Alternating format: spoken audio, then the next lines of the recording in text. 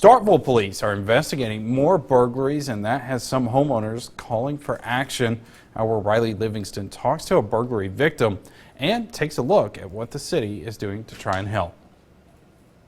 It's been pretty nerve-wracking. Saxon Wilson lives in the Green Oak subdivision, a community that recently has been hit by car break-ins. Wilson says he and his family have been on high alert, but even that hasn't been enough. Last night, my wife's truck got broken into, and we always lock our doors, and it just so happens in the chaos, one of the doors got left unlocked. So, of course, they catch us on that night. They broke in, stole a firearm, stole some other things, and then took everything else out and tossed things out the window down this road. She found some of her stuff around the gutter. They tossed her stuff out. Wilson says his family is now on edge and he wants to see something done. I talked to the mayor and she said she's going to try to get things in motion, but we've reached out to people and everybody has the same concerns as me. They're just not saying anything because they feel like they won't be heard. As residents continue to voice their concern, city leaders are taking notice and taking action.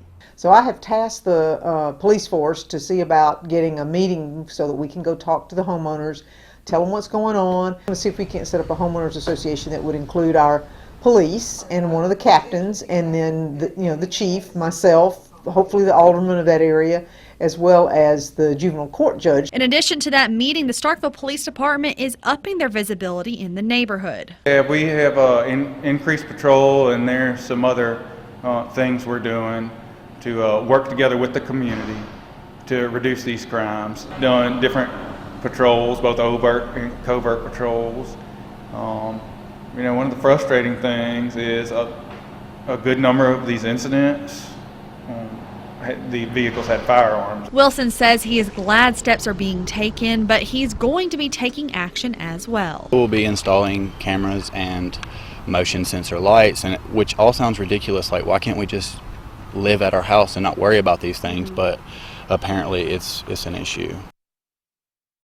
Now, Starkville Police encourage people to remove all valuables from their cars and, of course, as always, lock your doors.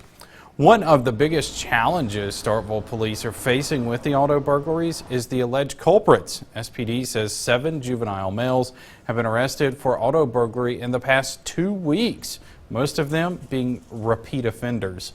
Youth court referee Lydia Quarles says the court system can only hold a juvenile for 48 hours without a hearing. What happens after that depends on the crime. These are property crimes. If these guys had been, beating people up, that'd be different.